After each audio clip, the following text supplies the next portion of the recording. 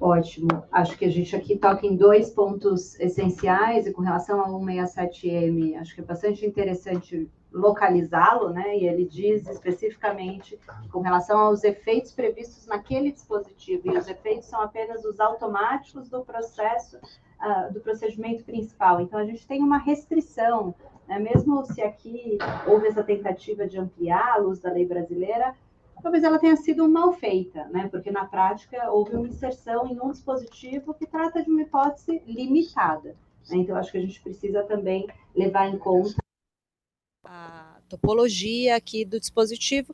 E o outro ponto trazido pelo Munhoz, que é essencial, que é o tema dos processos concorrentes. A gente já começou a lidar com isso também aqui no Brasil, né, em um caso concreto, e eu acho que os casos vão se avolumar, que é justamente essa situação de uma concomitância entre procedimento estrangeiro e procedimento brasileiro, e para piorar, em situações em que eles têm propósitos diferentes. Né? Então, esse é um assunto próprio e que acho que a gente merece organizar um evento inteiro, né, só sobre processos concorrentes, porque é um tema distinto do reconhecimento e talvez mais complexo, né, ou com menos diálogo até então. Então, acho que a gente precisa tratar disso. Eu queria só voltar aqui com a Nayana em um ponto, que é quando a gente faz essa discussão sobre competência do STJ aqui localmente, né, mas não só, tem na base dessa discussão, afinal, o que a gente está reconhecendo? Né? O Paulo falou, aqui há um reconhecimento de procedimento, mas há toda uma discussão sobre decisões também podem ser reconhecidas e abarcadas pela lei modelo. Então, o artigo 21 da lei modelo daria conta do reconhecimento, né, ou de decisões, ou dos efeitos de decisões estrangeiras.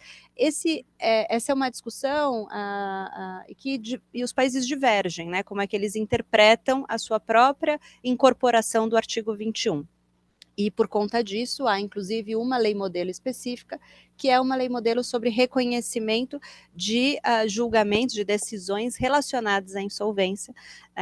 Mas os Estados Unidos têm uma leitura própria sobre o quanto esse artigo 21 já daria conta, e eu queria te ouvir um pouco sobre a construção dessa compreensão, e inclusive sobre o fato de que planos, né, a gente vê efeitos sobre planos e não só sobre a abertura de processos estrangeiros, inclusive quando esses planos têm dispositivos diversos daqueles que seriam admitidos nos Estados Unidos. Você fez referência a Absolute Priority Rule, a gente viu recentemente casos em que se questionou mesmo nas hipóteses em que há toda uma discussão sobre third party release, né, sobre os quais a Suprema Corte já disse não são admitidos nos Chapter 11, como é que isso fica no Chapter 15, ou seja, com relação ao plano estrangeiro?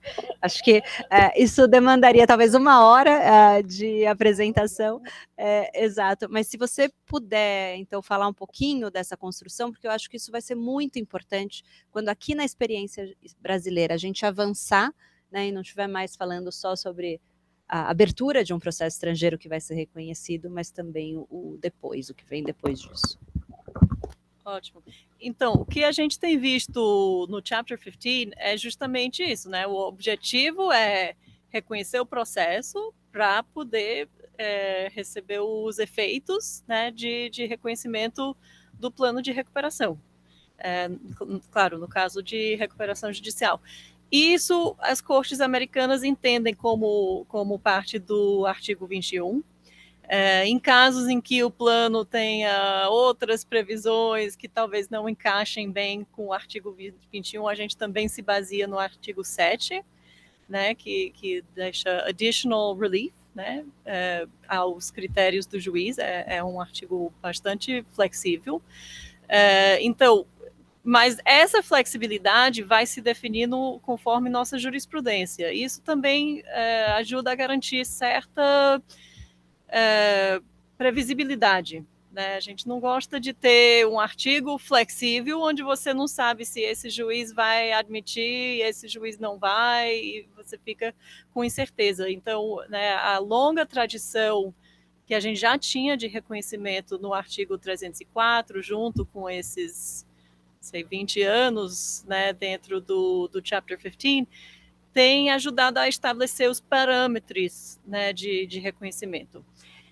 Mas mesmo dentro da nossa jurisprudência, que supostamente é fixa no common law, a gente tem tido alguns avanços e ainda esperamos ter, né, em algum momento. Por exemplo,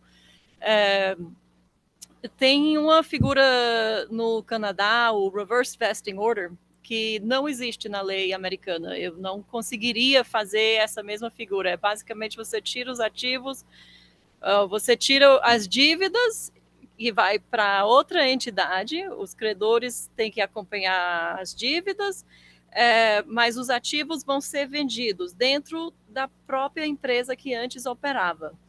E eu não entendo exatamente como é que funciona, mas a lei americana não permite que você tire os ativos, né, ou você tire as dívidas sem que os ativos acompanhem, né, dentro da recuperação. Mas a lei canadense permite. Então, o Chapter 15 tem reconhecido esse tipo de plano de recuperação judicial do Canadá, porque não viola nossa ordem pública, né, e tem se determinado que, bom, é dentro do que é razoável considerando a legislação local, né, dos canadenses. Eu pessoalmente, Nayana, não tenho bases nas jurisprudências americanas, mas eu acho que o third party releases talvez caia nisso, porque eu não posso dizer que um release, né, para os donos do devedor violaria a ordem pública americana, se até recentemente a gente estava debatendo isso, né? Até recentemente as cortes americanas estavam admitindo, então, né, e a Corte Suprema que nos deixou em surpresa quando disse que não podia admitir mais third party releases. Então, como é que eu posso dizer que é manifestamente contra a ordem pública se eles continuavam fazendo até o ano passado? Então, mas no início do Chapter 15, um dos primeiros casos, né, que definiu o que queria dizer esse artigo sobre a ordem pública foi o caso do Vitro, onde a legislação mexicana tinha permitido third-party releases, que agora foi uma corte inferior, né, a corte de falências, o Bankruptcy Court disse não, isso aí viola a ordem pública. Então não é uma decisão vinculante, mas como era uma das primeiras, né, muita gente ainda se baseia nela. Ok, third party releases viola a ordem pública. Eu acho que, né, considerando os últimos 20 anos de debate sobre third party releases, não é tão claro que viola a ordem pública.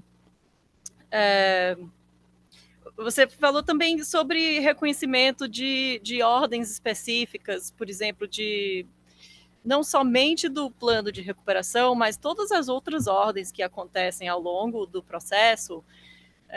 Na prática, nos Estados Unidos, a gente vê muita imposição das legislações locais, né, da nossa jurisprudência e ideias locais, porque é uma área que realmente fica ao critério do juiz, né? Não é reconhecimento automático, né? Como reconhecimento do processo em si, né? Se você cumpre com os 3 requisitos, pum, está reconhecido.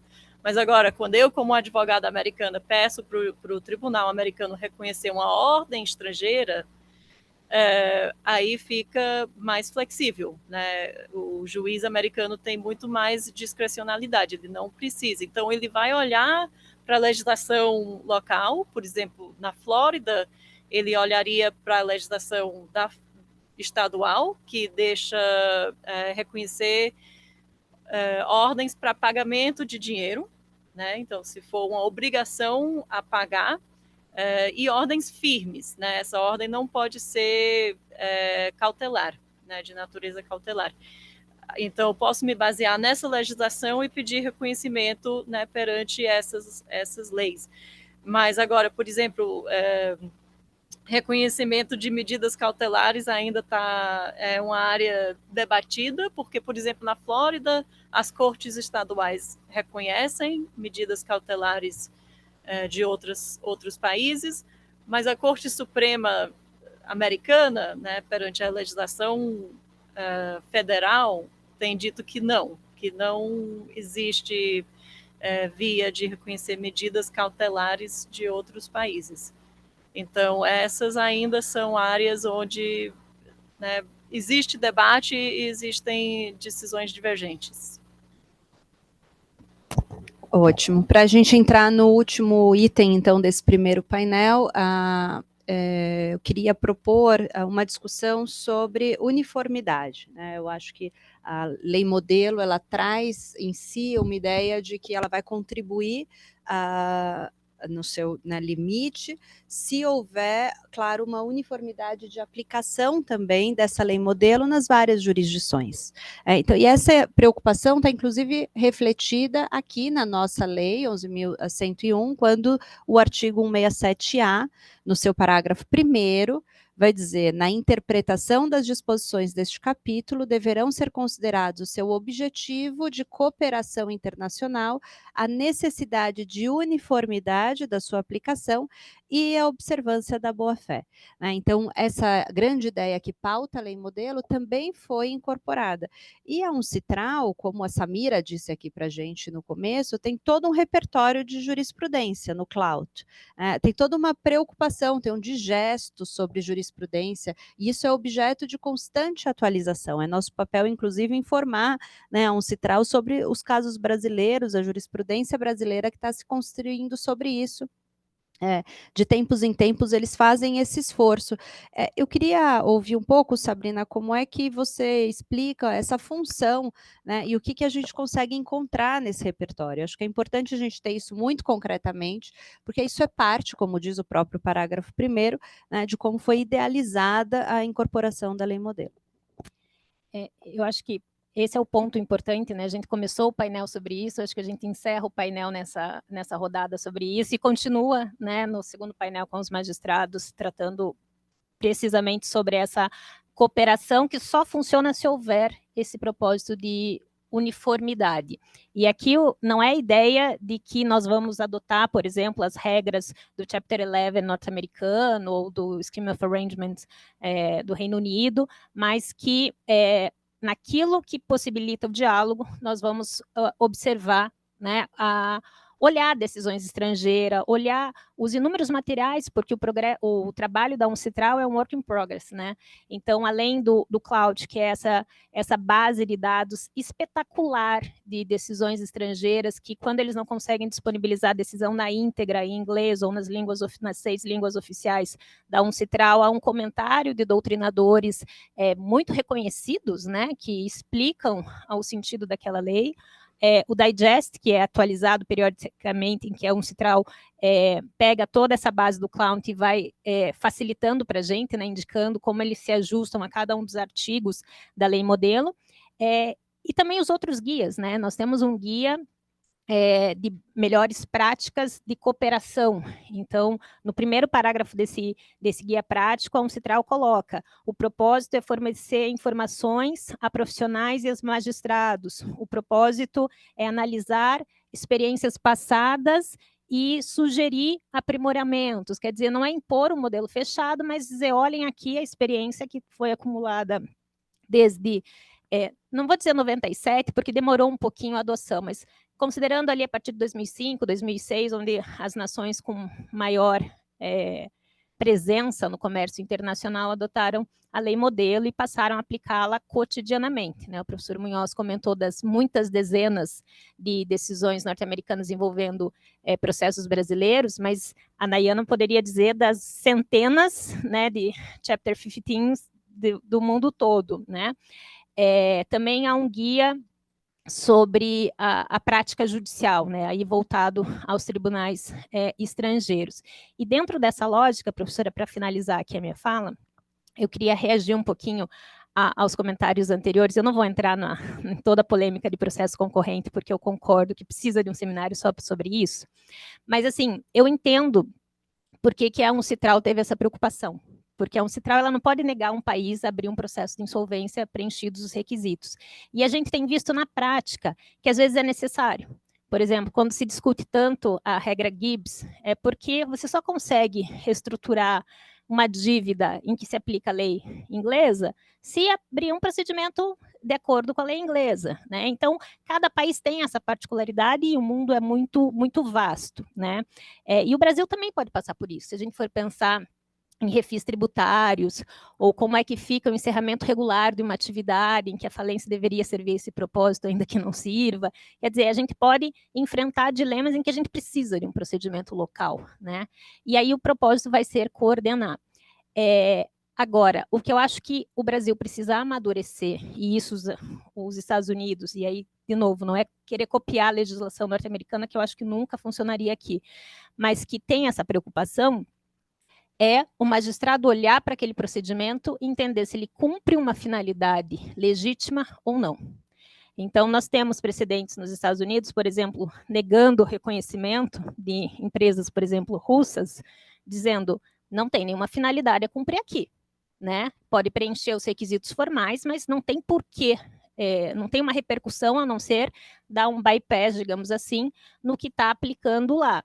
Em Singapura, recentemente, teve uma posição um pouquinho diferente, mas que mostra, né, esse olhar sobre a finalidade do procedimento, dizendo, um credor que participou ativamente de um processo estrangeiro não pode vir aqui em Singapura querer aplicar a lei local, dizendo, olha, eu tenho um crédito que dá para abrir aqui uma reestruturação, um pedido de falência, um pedido de cobrança com base na lei local, quando o juiz olha que ele participou, ele estava ciente e ele está querendo contornar os efeitos de um processo de reestruturação. E aí aplicou medidas processuais de multa e penalidades financeiras, que é para coibir esse tipo de má-fé, né? Vamos ser bem claros aqui. A própria má-fé é um critério bastante questionável, né? Se ele pode ser uma justificativa, para não reconhecer ou não, né? Com os tribunais, os americanos não adotam via de regra, mas outros tribunais já estão se questionando, né? Se a má-fé pode ser ou uma violação à ordem pública,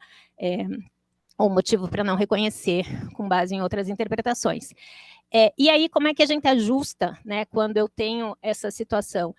É olhar também a situação de credores locais. Então, acho que também acho que não há espaço para a gente entrar nessa parte, mas o juiz local, na hora em que ele reconhece, mas que ele percebe que tem esses movimentos em outros países, ou se ele vai autorizar a abertura de um procedimento local, é muito ver se justifica com base numa tutela de interesses de credores locais que talvez não estejam bem atendidos lá fora, e obviamente a gente não pode querer porque o universalismo puro nunca vai dar certo, nunca deu certo, porque ninguém vai abrir mão da sua soberania. Então, acho que os processos concorrentes vão demandar um olhar sobre a finalidade do procedimento, né, e a efetividade da tutela. Eu sei que no Brasil também, e finalizando aqui, há uma discussão, né, se a gente pode aplicar a teoria do fórum non convenience, né, de não ser uma jurisdição adequada para tratar com aquela solução. Países de common law, isso é mais claro, né, mas é algo que eu acho que vai chegar. E aí o judiciário vai ter que lidar com isso. A gente já chegou no horário do próximo painel e eu sei que todo mundo tem também compromissos logo após o período do segundo painel, e com isso eu não vou passar a palavra para todo mundo para tratar da uniformidade, a não ser que alguém queira um comentário rápido. A gente vai finalizar, né, com essa mensagem importante, né, do que estava dizendo a Sabrina, do quanto a uniformidade de aplicação é relevante para o funcionamento do modelo, né, proposto pela lei modelo, tanto que esse material está todo disponível, né, no site da Uncitral, e existe esse trabalho constante de atualização do material e de formação do judiciário, né, local. E acho que isso também é algo que foi falado pela Samira e algo que a gente tem atentado, para o qual a gente tem atentado, que é a ideia da gente fazer, né, uma reflexão conjunta entre academia, entre judiciário, porque é isso que alimenta, na verdade, esse caminho longo, né, da força para que a gente enfrente esse caminho longo que está por vir, né? As questões estão vindo, as questões estão sendo colocadas aos poucos, mas a gente sabe a experiência brasileira, aquilo que começa aos poucos, de repente é uma avalanche e a gente tem que sair correndo atrás, e esse é um assunto sobre o qual a gente conhece pouco, porque não fazia parte da nossa experiência, diferente do que disse a Nayana, né, que já havia ali um percurso muito claro, a gente aqui não, então a gente tem uma mudança importante de modelo, e daí a relevância, né, do debate acadêmico, do debate da construção desse debate com o judiciário, e é por isso que a gente vai passar para o segundo painel. A gente vai passar de imediato ao segundo painel, um painel que busca justamente falar sobre cooperação judicial, cooperação internacional no modelo, né? Obrigada a todo mundo, nesse instrumento da lei modelo.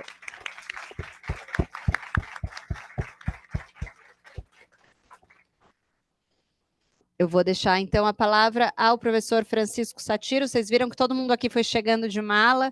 É um evento em que o aeroporto esteve intimamente relacionado aqui com o nosso evento de hoje. Vamos passar ao segundo painel. Bom dia a todos. Uma satisfação estar aqui mais uma vez e vamos dar sequência ao evento lá com o Citral. E eu tenho uma enorme satisfação de poder estar aqui e dividir o painel com grandes amigos e pessoas mais do que admiradas, doutora Maria Rita, doutor Nishi, doutor Oreste, doutor Paulo Furtado, pessoas que trabalham nessa área, estudam essa área, então eles conhecem os dois lados, né? Conhecem o lado pragmático, conhecem o lado acadêmico e teórico, e com base nisso vai ser possível discutir algumas questões ligadas à aplicação prática de aspectos relativos à insolvência transnacional, né?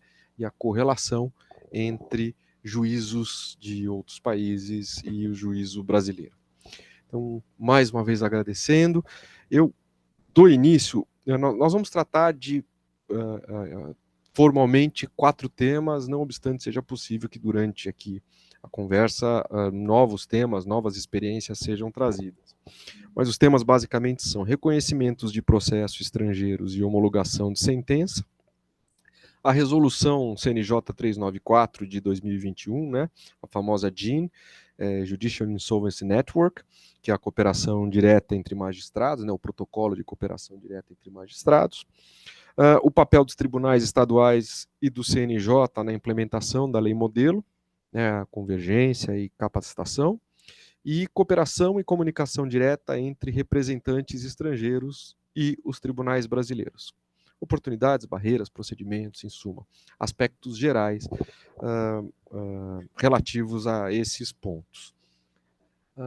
Sem identificar, eu vou distribuindo a bola e a gente vai, aos poucos, cada um vai dando a sua contribuição e a gente vai tentar fazer disso algo dinâmico e interessante. Eu vou começar aqui pela nossa arrumação com o professor Oreste para as suas considerações iniciais, por favor.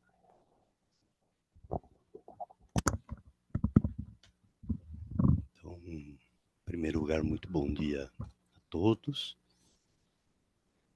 Primeiro, agradecer à professora Sheila o honroso e temerário convite que me fez para participar desse evento.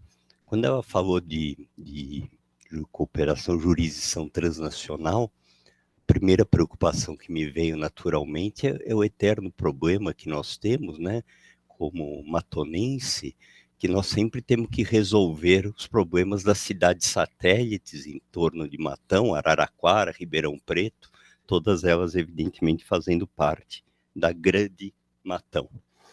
Muito bem, mas evidentemente superadas essas questões, professor Satiro, um prazer revê-lo, doutora Maria Rita, doutor Nishi, professor doutor Paulo. Então, a respeito desse tema, evidentemente o problema que nós sentimos, em primeiro lugar, que se trata de uma legislação evidentemente recente.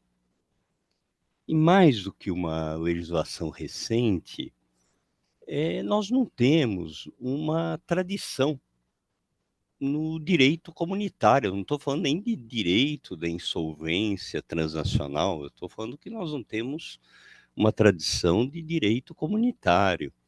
Eu me lembro nos anos 80, início dos anos 90, quando a professora Ada sonhava em criar códigos modelo para o Mercosul, ou seja, todos eles naufragaram completamente. Se a gente não consegue nem um mínimo entendimento com os vizinhos, que dirá um entendimento universal.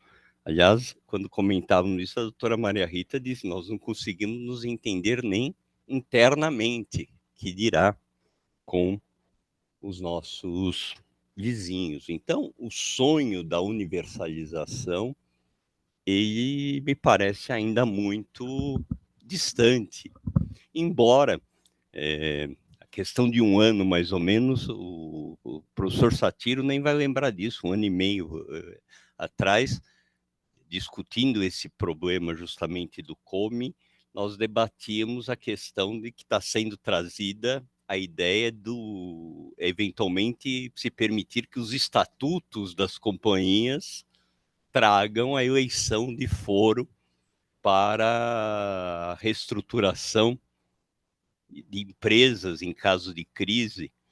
E se trazia, professor de Chicago, Singapura, se não me falha a memória, traziam esses dados, que quanto melhor o foro que você trouxesse no seu estatuto, melhores seriam até as suas condições de financiamento, porque você daria, evidentemente, uma segurança ao mercado.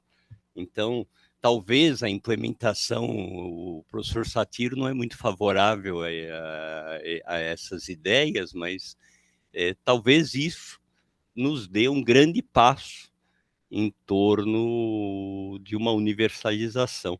Mas realmente, aparentemente, daquilo que se ouviu no primeiro debate, estamos muito longe disso. E o primeiro problema que nós enfrentamos traz até na aplicação da lei no Brasil, o Paulo trouxe um pouco do problema, que é a ideia da nossa lei de termos duas maneiras da aplicação da decisão estrangeira no Brasil, que é por meio do exequatur do STJ e a cooperação perante os juízes de primeiro grau de jurisdição.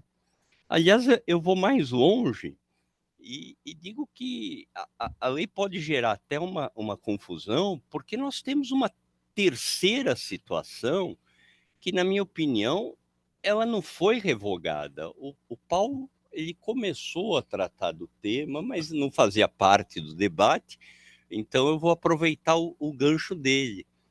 Nós podemos ter uma decisão estrangeira que ela gera efeitos não enquanto ato jurídico, mas enquanto fato jurídico.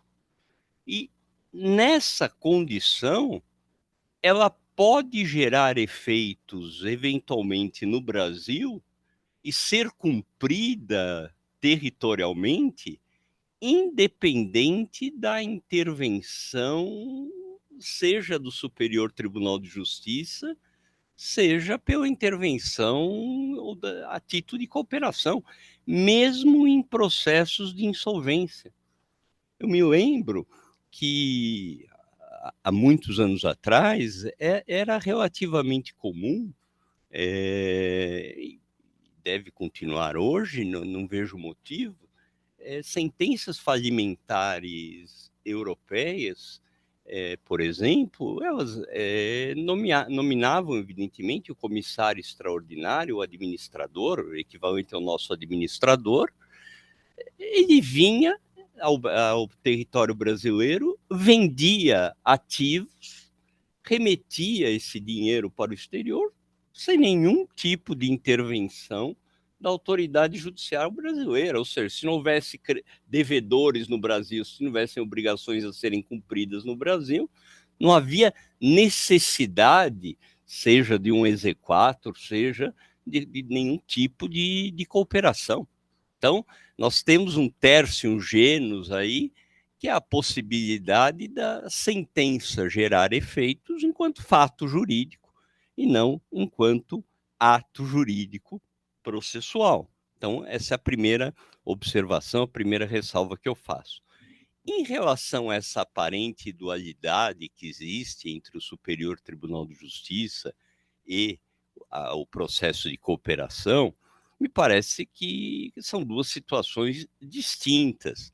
Tanto que eu imagino que seja até mesmo possível você ter a concomitância das duas, sem que se possa sequer invocar uma litispendência, usando a linguagem do Departamento de Direito Processual Civil, que aqui se faz presente, pela doutora Maria Rita, evidentemente.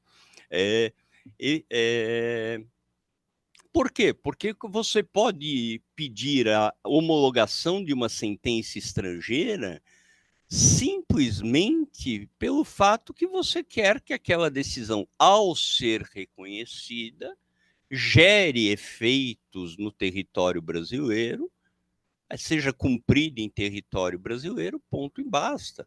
Ou, eventualmente, um ato processual específico seja praticado, ponto e basta, gerando todos os seus efeitos no exterior.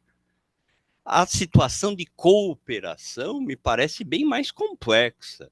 Você não quer simplesmente que uma decisão gere efeitos. Você quer que um processo como um todo gere efeitos no território brasileiro e possa produzir efeitos a terceiros em território brasileiro.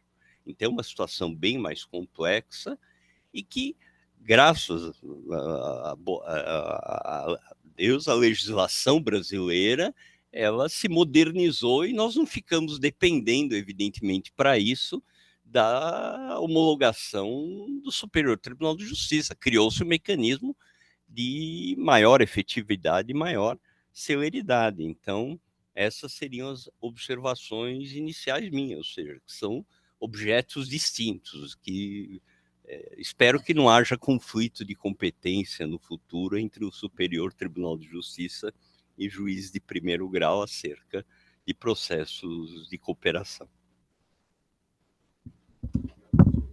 Muito obrigado, professor Oreste. Passo a palavra, então, à doutora Maria Rita para suas considerações. Bem, bom dia a todos. Eu queria muito agradecer o convite da professora Sheila para que a gente, nós, representantes do Judiciário, a gente pudesse estar aqui hoje com vocês, compartilhando e refletindo sobre esses temas, porque eu acho que realmente é um tema extremamente novo para a gente, como o Orestes começou a falar. O tema da cooperação, eu acho que ele é novo internamente, nacionalmente. Então, eu acho que você discutir isso, como funciona no sistema da insolvência, eu acho que é algo de extrema relevância, porque a gente desempenha, eu digo o Poder Judiciário, desempenha um papel fundamental para não só permitir a aplicação correta do que a nossa lei brasileira trata sobre a insolvência transnacional, mas, sobretudo, ouvindo o painel anterior, me parece que a gente tem uma função social muito importante para viabilizar esse sistema de solvência no Brasil, considerando todo o contexto global.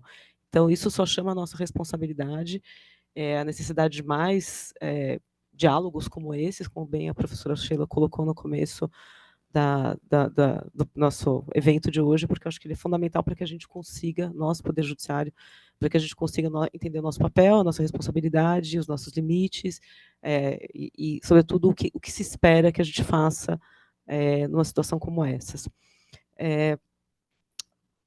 Concordo com o professor Oreste quando ele trouxe a questão, e também com o professor Paulo, quando ele trouxe a sua compreensão sobre como dialogar entre a diferença entre a homologação de sentenças estrangeiras pelo STJ e qual é o papel e o processo de reconhecimento estrangeiro de processos estrangeiros no Brasil, ou e vice-versa.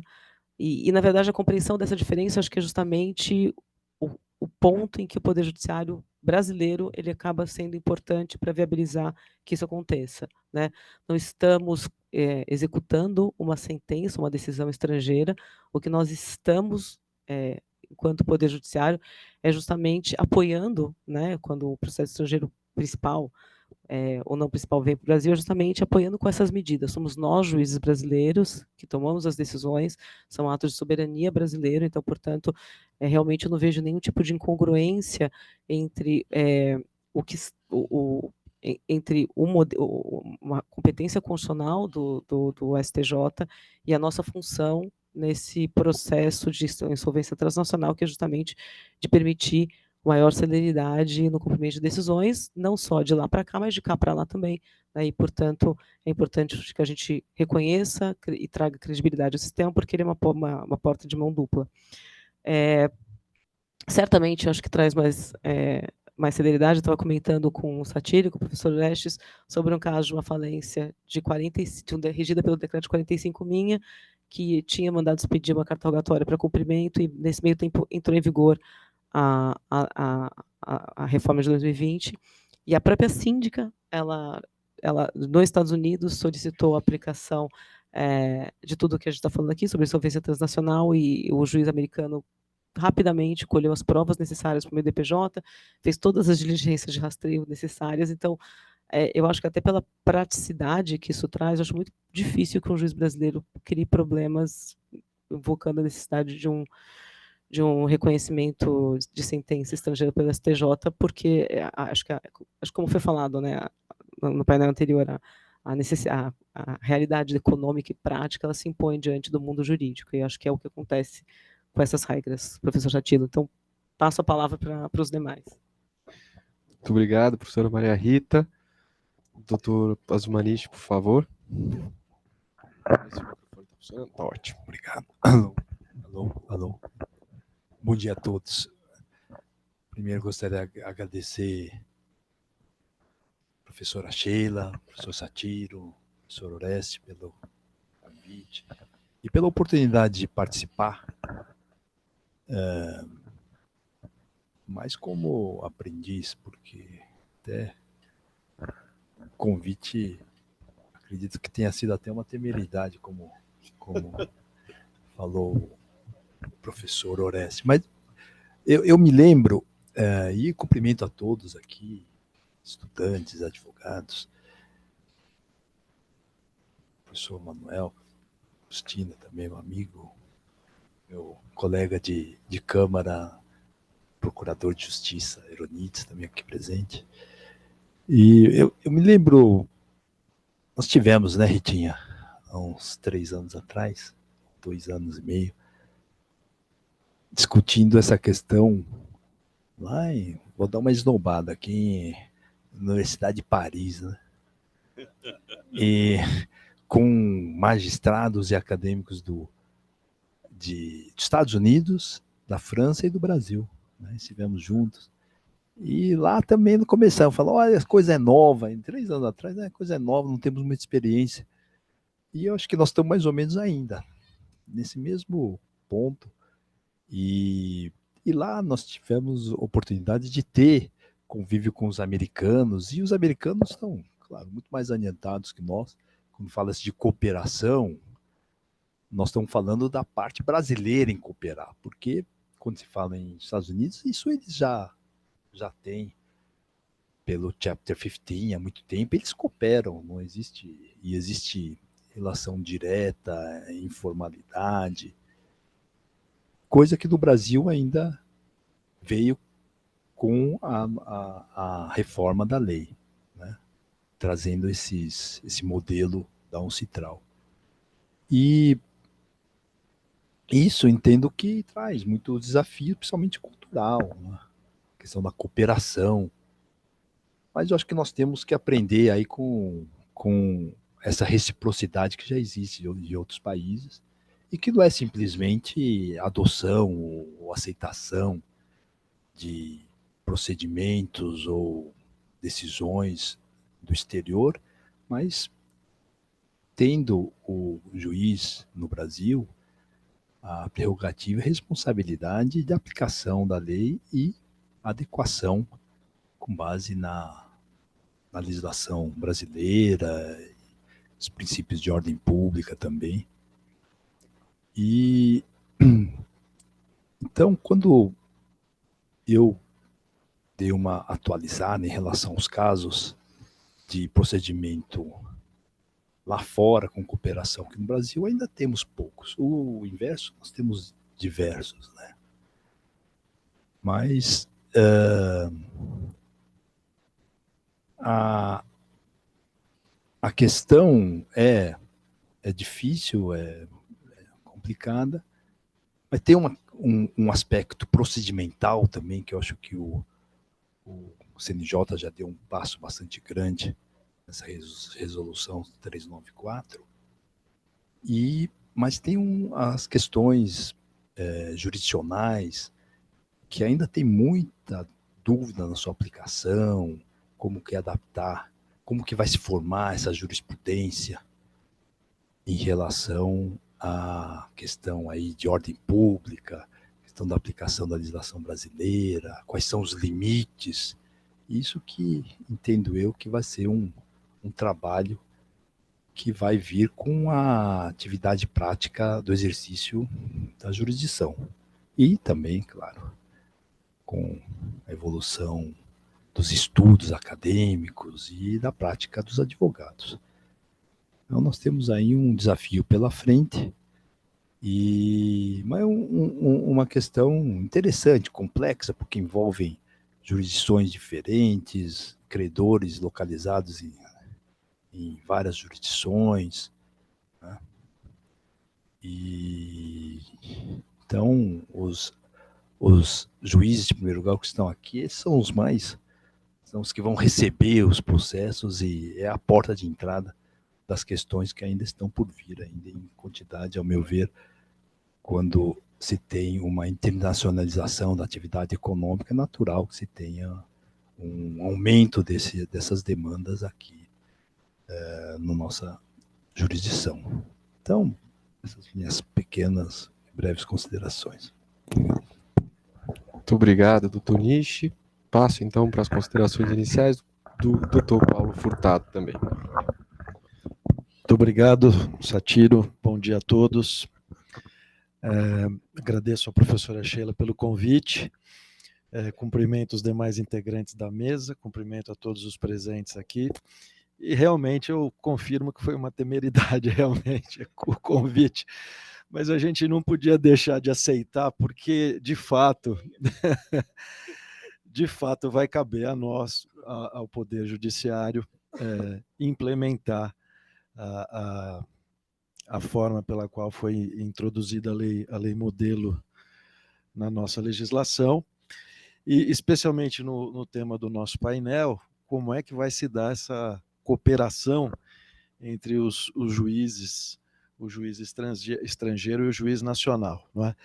Eu acho que até o momento nenhum dos nossos colegas aqui de primeiro grau recebeu qualquer pedido de cooperação.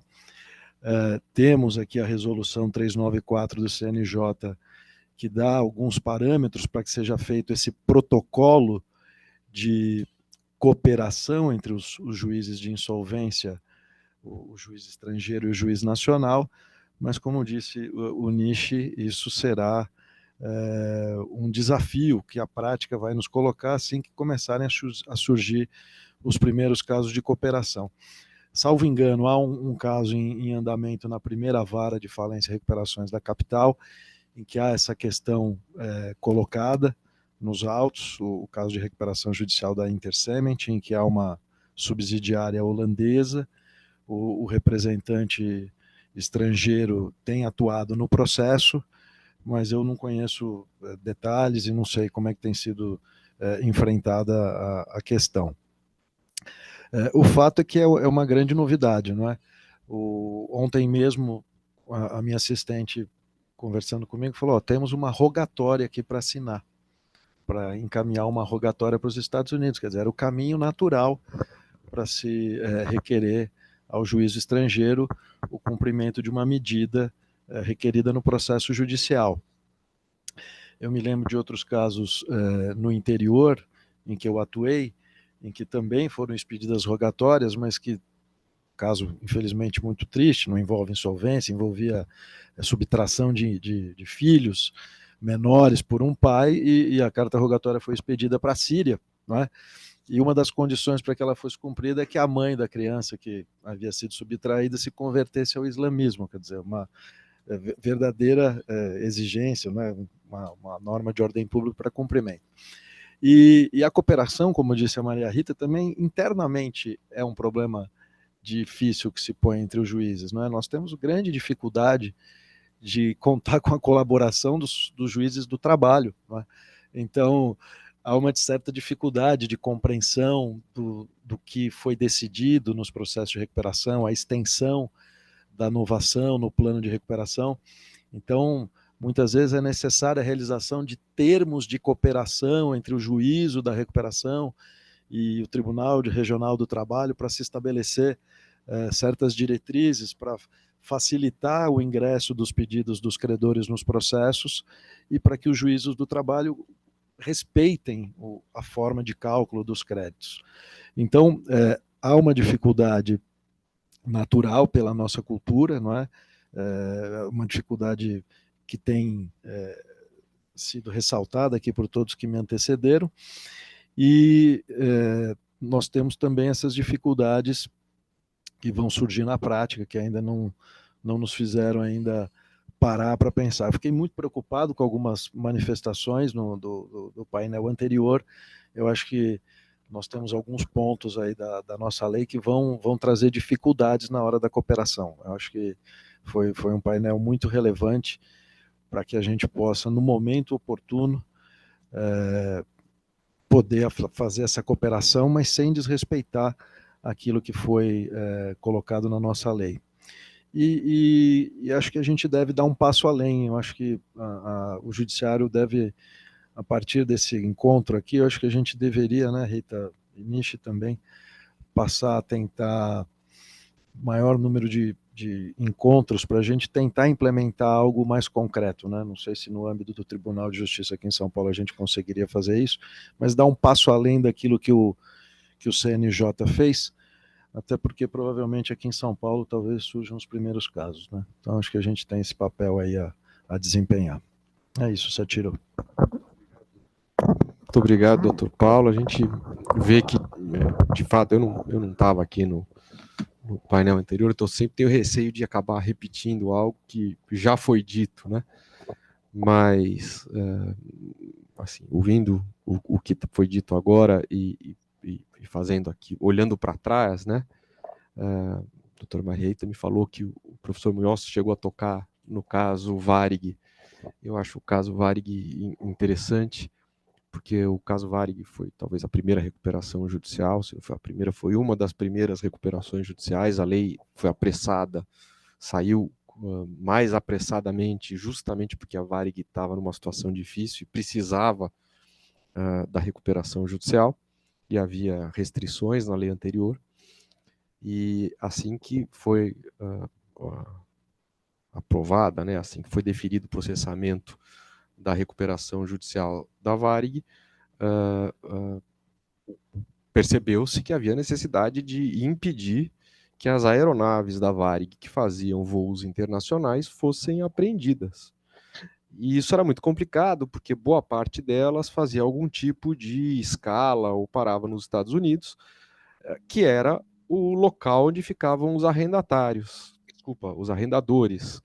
O que significa que, muito provavelmente, quando as aeronaves pousassem como destino final ou como escala nos Estados Unidos, elas seriam devidamente apreendidas, e isso acabaria inviabilizando a continuidade da recuperação judicial.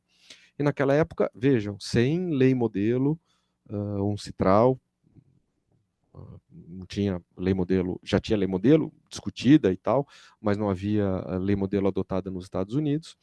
O então juiz responsável pela vara, junto com o que era o doutor Luiz Roberto Ayub, junto com a doutora Márcia Cunha, pegaram um avião e foram até os Estados Unidos conversar com o que seria o juiz que teria alguma capacidade de ajudá-los. No caso, o Judge Robert Drain, que é conhecido, amigo nosso aqui, e chegaram lá e falaram, olha, a situação é assim, assim, assim, e é uma companhia importante para o país, talvez ela não tenha como sobreviver se suas aeronaves forem apreendidas. Então, o que nós precisamos é, durante o prazo de tantos meses, que elas não sejam apreendidas. Não havia Chapter 15 naquela época nos Estados Unidos, mas havia uma Section 304, né, uma seção 304, que dizia que o juiz podia tomar qualquer medida que ele julgasse cabível para preservar, né, para garantir a viabilidade de um processo de soerguimento.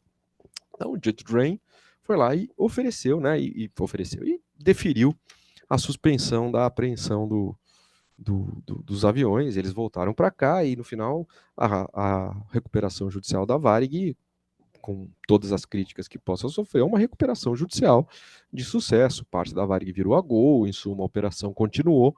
Portanto, teve-se na recuperação da Varig o que se esperava de uma recuperação judicial, muito em parte por conta da cooperação do Judge Drain lá nos Estados Unidos. Muito bem, passado algum tempo, diz a lenda, exatamente, o Ayub confirma, passado algum tempo, acontece uma situação oposta. O juiz, um caso americano, há a necessidade de suspender a excursão de bens no Brasil.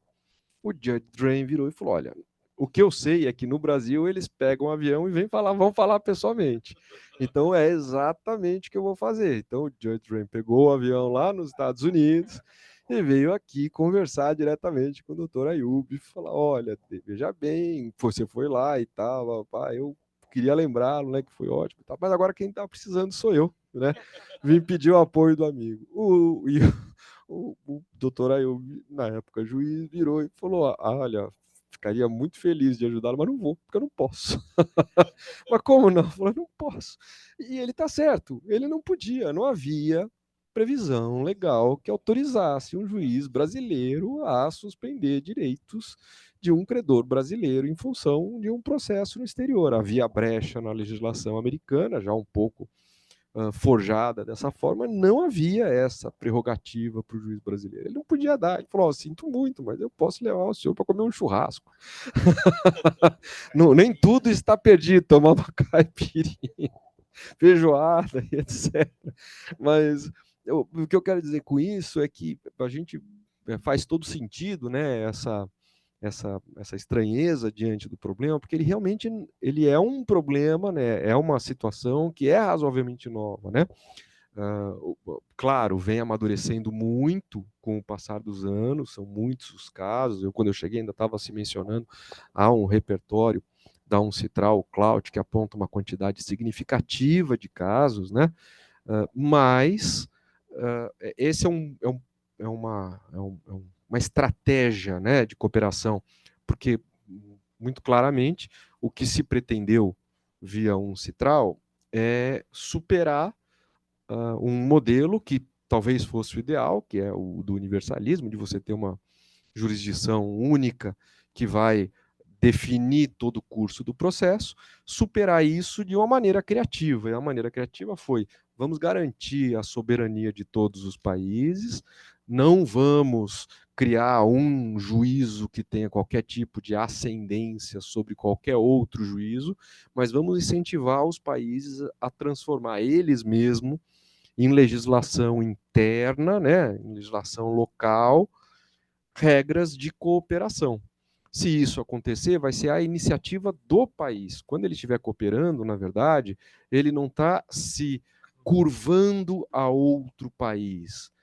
Ele vai simplesmente cumprir suas próprias regras, né, democraticamente aprovadas no país, e cumprindo as suas próprias regras, ele vai cooperar. Tanto que, né, na relação de direito de insolvência transnacional, um dos pressupostos que sempre foi muito relevante é o pressuposto da não necessidade de que a outra parte, quer dizer, eu não preciso necessariamente só cooperar com países que cooperam comigo. Não há reciprocidade, exatamente. Ainda que existam países que adotaram a lei com um pressuposto de reciprocidade, a lógica da lei não é a reciprocidade. A lógica da lei é o país abrir para cooperar com outros países não lhe dá imediatamente uma vantagem nenhuma. Ele não tem vantagem pessoal, né, individual, de abrir. Mas se todos fizerem isso, aí sim haverá uma vantagem que todos se aproveitarão, porque vai haver previsibilidade, possibilidade de cooperação e tal. Então, é uma decisão madura, né, de governos maduros, e alguns países não adotam e não vão adotar, e já disseram que não vão adotar, e outros países adotam e são muito relevantes nisso. O professor Orestes tocou num ponto, eu só vou fazer um comentário aqui sobre, e eu vi que foi objeto, provavelmente, da participação do Paulo, essa diferença entre o reconhecimento de decisão estrangeira e a cooperação com processos, com juízes, né, com o judiciário de outro país. Como foi bem dito aqui, a cooperação se dá via uma decisão de juiz brasileiro baseada em lei brasileira, em circunstâncias aprovadas pelo Congresso brasileiro. Então, de fato, ainda que seja uma cooperação internacional, ela tem como fonte lei brasileira, jurisdição brasileira e, portanto, está absolutamente dentro do conceito de soberania. É diferente de uma decisão de um juiz estrangeiro para a qual se queira dar eficácia no Brasil, queira se fazer cumprir no Brasil. E aí esta situação é uma situação diferente. E eu recordo que é tão diferente que existe uma lei modelo especificamente para reconhecimento de sentença estrangeira em matéria de insolvência. Então, a gente está falando bastante aqui da lei modelo de insolvência transnacional. Além da lei modelo de insolvência transnacional, há pelo menos outras duas leis modelos que foram aprovadas. A lei modelo de tratamento de grupos, de insolvência de grupos, e a lei modelo de reconhecimento de sentenças estrangeiras. Estas duas leis modelos não foram adotadas por nenhum país. Estão lá, foram discutidas pelos países, existem, mas os países não adotaram. O que significa que cada país tem os seus procedimentos, os seus valores, as suas regras para reconhecer e dar força dentro do país para uma decisão, né, fazer cumprir dentro do território brasileiro uma decisão de fora. Mas a cooperação, essa sim, prevalece hoje no mundo todo. Então, o assunto é novo mesmo, mas ele hoje já tem uma certa consolidação de princípios, de práticas e etc. E um ponto muito relevante, né? Quando eu cheguei, a Sabrina estava falando justamente sobre isso. A lei modelo cria um protocolo, né? O que se decidiu foi, vamos criar um modelo, um protocolo que vai ser adotado por todos os países para que isso funcione de uma maneira automática. E como protocolo, ele só vai funcionar se todos os países tiverem e aplicarem as regras de maneira uniforme. Então, a grande vantagem da lei uniforme é que, muito bem, eu preciso da cooperação do juízo do Chile. Meu Deus, como será que funciona lá? Eu não preciso pensar. Pego a lei modelo UNCITRAL, do jeito que funciona aqui, deve funcionar lá. Pode ter uma pequena diferença ou outra, mas não se espera que tenha uma grande diferença. Isso aumenta enormemente a previsibilidade, isso aumenta enormemente a segurança jurídica, e isso mostra a necessidade de se tratar a lei modelo dentro desse ambiente mundial de aplicação da lei modelo. Sou pena de, se tiver uma forma de aplicação dessa lei muito diferente da que ocorre em outros países, ela no Brasil vai, em pouco tempo, perder a importância que teria. Quer dizer, a gente está pagando o preço sem ter os ônus do que se estabelece. Mas acabei falando mais do que deveria. Eu vou voltar para uma segunda rodada de comentários e doutora Maria Rita pediu para começar a falar. Então, doutora Maria Rita, a palavra é sua. Eu acho que a gente percebeu que a questão da cooperação é um assunto novo para nós do Poder Judiciário. Então, o que eu queria trazer de contribuição para o debate sobre como implementar isso no nosso país são pensar nos desafios, né? E eu, neste momento, eu sou juíza titular da terceira vara de falências, mas eu estou convocada da corregedoria, então é interessante porque tem uma visão institucional do tribunal, como que é possível implementar isso e o que está sendo feito, né? E eu acho que é interessante trazer duas questões quando penso em implementar a cooperação. A primeira é institucional e estrutural, né? Como você cria normas que tornam confortável para o juiz utilizar da cooperação. E o segundo aspecto, que eu acho que é uma condição do primeiro, é entender o nosso desafio cultural. Ouvindo o Satiro falar de um juiz pegar um avião para Nova York para falar com outro juiz, eu fico pensando se hoje, no Tribunal de São Paulo, a gente teria, se nós, não só o tribunal, mas os outros operadores, advogados, de credores, devedor, o que eles veriam de um juiz que resolve para permitir ou tornar mais eficiente uma comparação, o juiz ele resolva, com as custas pagas pela massa, pegar um avião, ter toda a sua estadia paga em Nova York. Como que nós nos sentiríamos como isso? Isso é algo que traz uma suspeição, um sentimento de desconforto, não só para o juiz que decide isso, mas, sobretudo, para quem está acompanhando a forma como esse juiz conduz o processo. Acho que aqui em São Paulo isso não seria visto com algumas ressalvas, né? E isso ainda hoje, né? Esse juiz não seria visto como alguém, e digo não só pelos seus pares, mas também pelas partes do processo que fiscalizam a atuação do juiz. E é interessante porque, na atuação do juiz, para trazer credibilidade para a sua atuação e para blindar o processo de eventuais suspeitas, eventuais narrativas que possam colocar em xeque a credibilidade do juiz, que, em última análise, a sua imparcialidade, a sua credibilidade é o que blinda o processo, aquela solução que está sendo discutida por várias partes, vários advogados, e pelo processo normativo em si, é justamente a credibilidade, né? Então, acho que tem assim, o juiz ele não pode ser só uma pessoa honesta, ele precisa parecer aos seus pares que estão no processo como tal também. E eu acho que esse é um grande desafio que nós temos enquanto sociedade, porque um juiz ligando para outro juiz para resolver um processo envolvendo milhões de reais, será que isso seria bem visto por um advogado de credores, por exemplo? Não, exato. Mas eu acho que entender que nós temos esse desafio é algo importante, porque é importante que a gente traga um ambiente institucional de credibilidade. E aí entra, o que eu acho que chama a atenção de ser importante é justamente esses parâmetros institucionais. O fato do CNJ ter normatizado e admitido as GINs é um avanço, né? Mas eu, como juíza, não sei se eu me sinto totalmente confortável com os protocolos que ele trouxe, porque só vou dar um exemplo, por exemplo, essa história da impressão.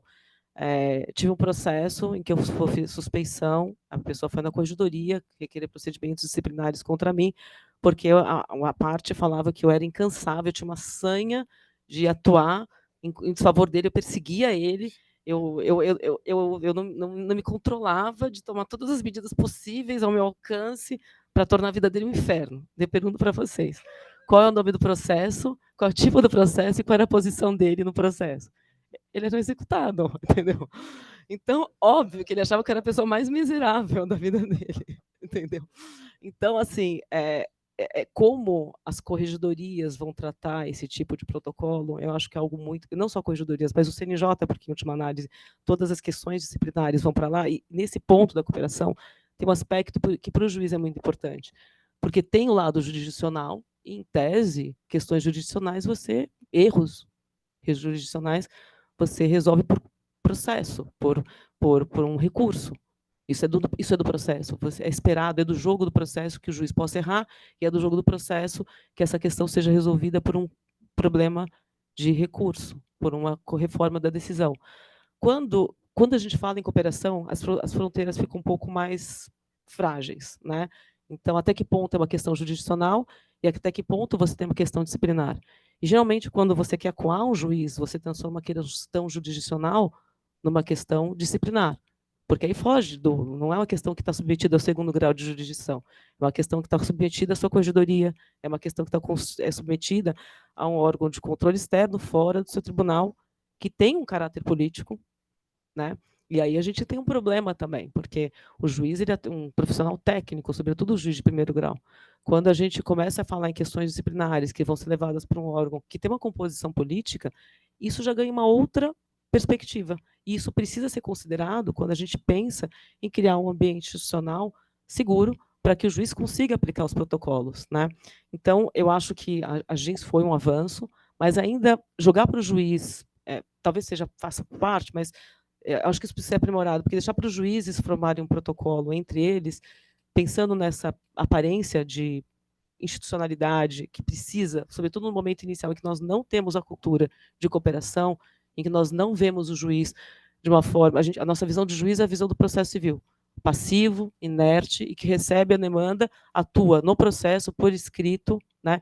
Então, ver um juiz que é mais proativo, que se envolve na solução do problema, que me parece ser o que se espera dessa normativa, é o que exige um crescimento e um amadurecimento institucional também, porque a gente não pode transformar questões jurisdicionais em questões disciplinares, porque isso é um problema, né? Então, acho que o CNJ foi bem de criar essas normativas, mas acho que talvez ele precisaria ter umas normas para contornar e trazer o contorno da atuação do juiz como algo esperado, normal, dentro dessa nova realidade, para que não se torne uma questão jurisdicional, uma ameaça de repressão a disciplinar, que é um problema e que pode prejudicar a implementação da medida. Eu acho que esse é um ponto, e acho que outro ponto que eu queria trazer por participar do Tribunal agora da Administração e ver como essa questão da cooperação está sendo construída internamente, o Tribunal está tentando fazer um convênio com Justiça Federal, TRF3, e com o TRT, da região de São Paulo, do Estado de São Paulo, para criar núcleos de cooperação com relação a questões de solvência. Talvez possa ser um germe para que esse ambiente institucional, por meio desses núcleos, ele possa ser acionado para trazer esse conforto para o juiz, mas é algo que está em construção, né? Esse convênio, nós, do Tribunal de São Paulo, nós opinamos pela assinatura, mas acho que ainda não foi assinado. Então, isso mostra como a gente ainda está num momento muito preliminar de construção desse ambiente institucional, que me parece fundamental e imprescindível para que a cooperação possa ocorrer da forma que eu acho que se espera, né, que ela seja feita no modelo da lei modelo. Então, muito obrigado, doutora Maria Rita. Mais alguém quer fazer algum comentário? Senão eu vou abrir para perguntas. Paulo, doutor Paulo, por favor. Eu lembrei, agora que a Maria Rita comentou sobre esse ponto, e realmente é delicado. Eu me lembro de uma vez em que eu, diante de uma ação de reintegração de posse, ação evidentemente local aqui na Quinta Vara Civil, uma ação de reintegração de posse de um equipamento hospitalar. Era aquela época em que houve a desvalorização cambial, né? O financiamento do equipamento hospitalar era feito em dólar, o hospital havia ajuizado uma ação revisional para pagar as prestações reajustadas pelo INPC, ajuizou a ação lá na sede do hospital no Rio Grande do Sul.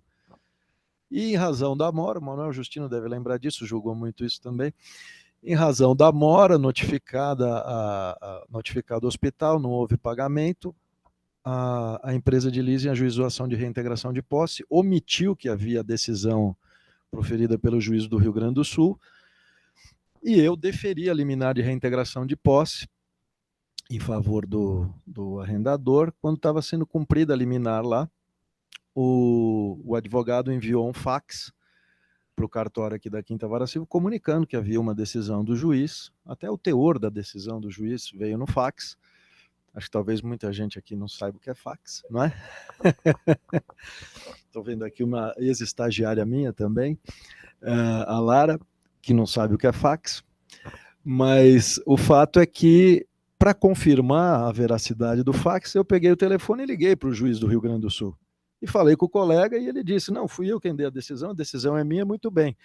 E eu lancei a decisão no processo, dizendo que havia entrado em contato telefônico com o juiz do Rio Grande do Sul e, portanto, como havia sido feito o depósito em cumprimento à decisão dele, não havia mora e revoguei a decisão de reintegração de posse.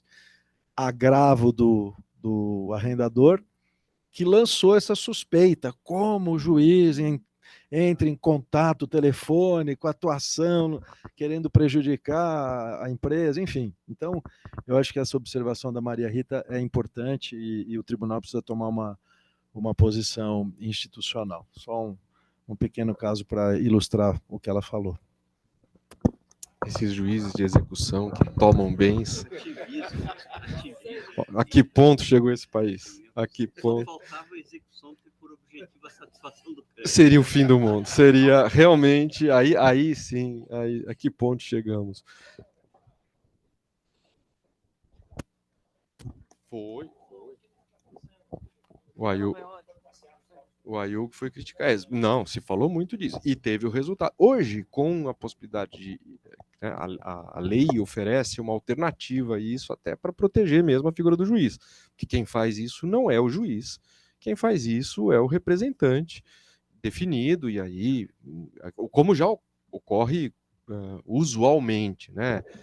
Majotas, o próprio devedor ou alguém indicado. Então, ele tem condição de fazer. Mas, veja, a comunicação de juiz-juiz é algo saudável, né? É o desafio, claro, não tenho a menor dúvida, mas a comunicação juiz-juiz é algo saudável. O doutorado, ele queria fazer Exatamente, eu não sabia de um caso de uma empresa africana pedindo reconhecimento, e foi reconhecido, portanto, o processo na África do Sul como o processo principal. Satiro, deixa eu só fazer um adendo, desculpa. Só para complementar, o uso desses mecanismos como uma ferramenta para auxiliar a busca de ativos e etc. é tão relevante que a Uncitral termina nessa reunião que vai ter em Viena no final do ano, ela termina a redação do Guia de Boas Práticas para Asset Tracing and Recovery, porque eles acham que não precisa de uma nova lei para isso, porque afinal de contas os dispositivos que estão aí são suficientes, mas eles sugerem como os países podem melhorar, cooperar, e isso vale não só para falência, isso vale para caso de crime, desvio de dinheiro, etc, etc. É ótimo ouvir a notícia, doutor Adler. Muito obrigado por colaborar conosco. Doutor, a gente queria falar alguma coisa, não? Aliás, é que não teve pedido de cautelar, né? De suspensão de execuções, não.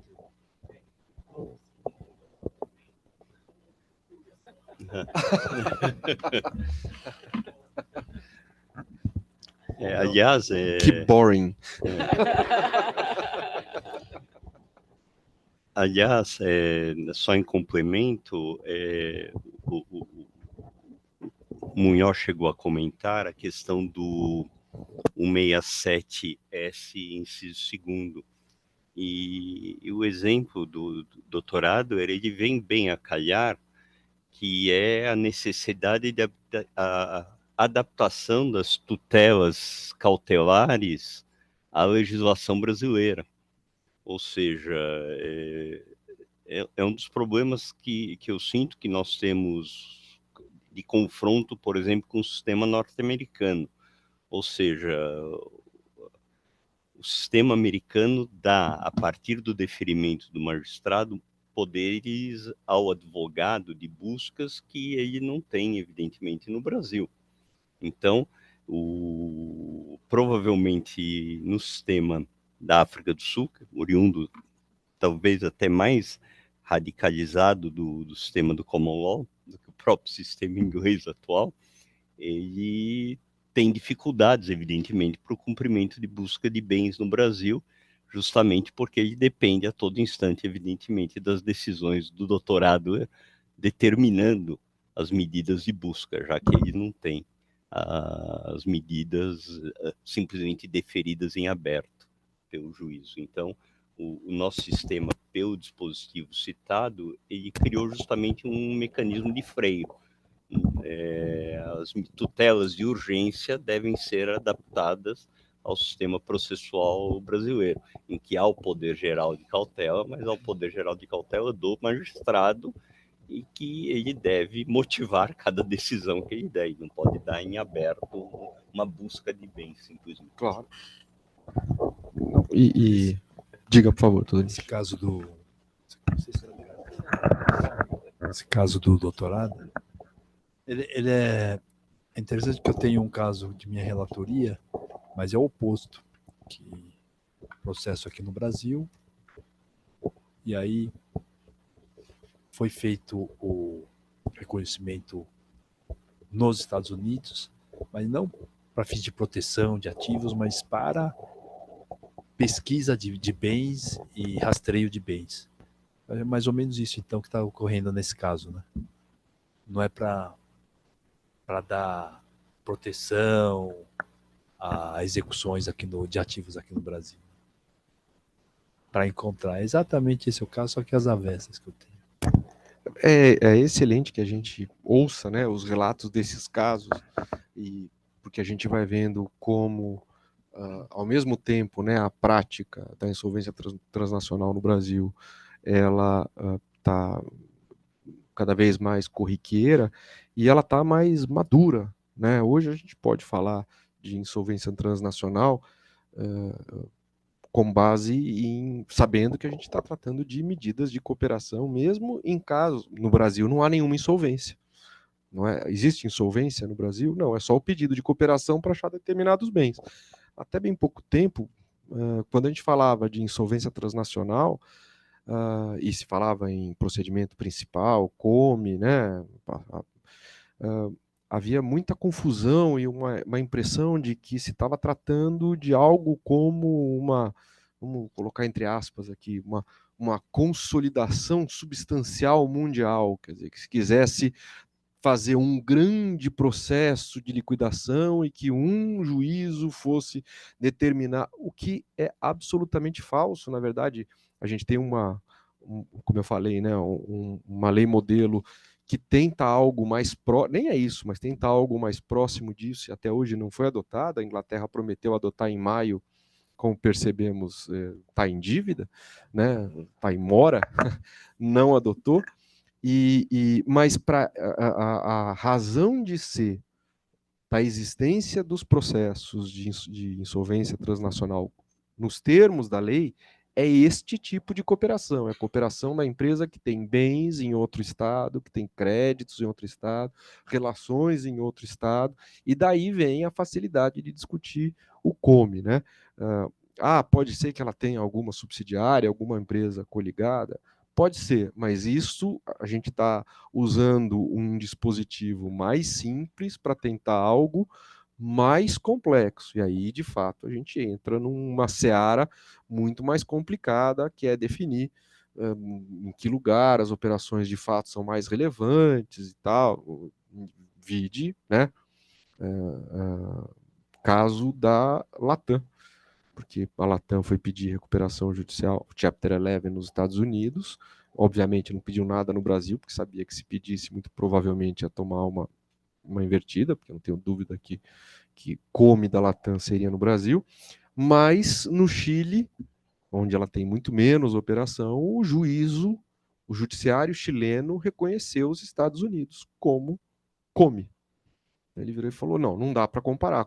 O movimento que existe aqui no Chile é infinito, por mais que seja uma sociedade constituída no Chile, né, sociedade chilena, eu reconheço que lá é muito mais relevante do que aqui, então que se faça a reestruturação lá. Eu acho que a gente caminha para... Óbvio, claro, estamos falando aqui de um país que tem regras de jurisdição diferentes das nossas. Né? Nos Estados Unidos, há uma definição de que para que um juiz americano tenha jurisdição sobre um determinado devedor, tudo que precisa é o devedor ter bens em território americano, quaisquer que sejam esses bens, e existem as duas anedotas, né, do notebook que o representante da empresa, o notebook da empresa que o representante da empresa deixa nos Estados Unidos, ou o dinheiro que ele adianta para pagamento das custas, portanto é dinheiro do cliente, ele adiantou para o advogado imediatamente falou, olha, está aqui, esse dinheiro é dele, então ele tem dinheiro, território americano é o suficiente. Exageros à parte, basta ter bens lá, que a lei americana diz que o juízo americano já é competente para fazer a solução. No Brasil, há uma diferença, porque no Brasil, a questão de status, seja pela lei de introdução às normas do direito, né, a LINDB, seja até mesmo pelo próprio artigo 3º, que aí já não é mais questão de jurisdição, diz respeito sempre às sociedades constituídas no Brasil, sociedades brasileiras e, quando muito, filiais brasileiras de sociedade estrangeira, né? Então, mas é bom a gente ouvir, parece que não, mas a gente nota que vai amadurecendo, vai evoluindo, e acho que é assim, acho que esse é o processo mesmo, né?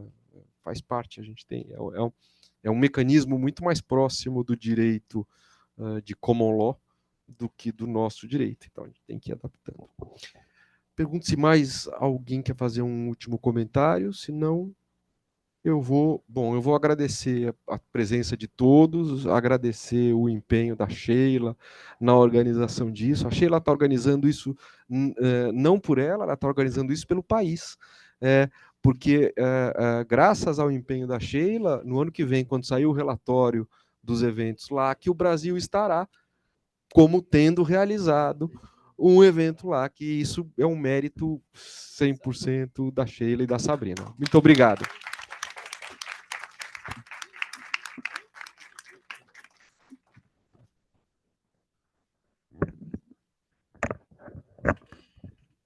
Gente, muito rapidinho, eu queria encerrar agradecendo imensamente os nossos palestrantes, tanto do primeiro painel quanto do segundo painel. Faço isso em meu nome, faço isso em nome da Uncitral, da Fundação Arcadas, que nos ajudou a realizar esse evento. Queria também agradecer a Sabrina, que foi a minha parceira aqui desde o início das conversas com a Uncitral, e que é alguém que tem promovido esse tema, né, com muita discussão de qualidade. Então, Sabrina, muito obrigada. E queria dizer, com bastante alegria também, que essa iniciativa, a gente espera, não seja a única, na verdade, que ela seja a primeira, e como disse a Samira no início, como disse aqui a professora Maria Rita, a gente tem a intenção de promover um diálogo ainda mais constante e próximo também com o judiciário, né, academia judiciário. Acho que é aqui um assunto em que todos nós temos muito a aprender, né, e a contribuir com uma conversa próxima, e é também a nossa intenção criar um observatório da insolvência transnacional aqui na faculdade, algo que a gente está conversando e construindo, que vai ser um repositório também de informações sobre esses casos. Então, a doutora Adler mencionou aqui, e outros tantos trouxeram também, a gente conhece os casos hoje, né, contados aqui nos dedos, mas aos poucos não vai mais ser assim. Então, é importante que a gente tenha informações sobre isso. Então, todo mundo que tiver informação, às vezes, né, o Brasil é imenso, se tiver informações sobre os casos, por favor, nos informem. A gente está nesse exercício também de buscar sempre o conhecimento e promover o debate e o aprimoramento. A gente espera contar com vocês nessa construção, tanto nos eventos quanto nos diversos diálogos acadêmicos aqui, que a gente pretende promover, sempre entre a faculdade, se possível com a EPM e a Fundação Arcadas também. Então, muito obrigada a todos e todas, e até breve.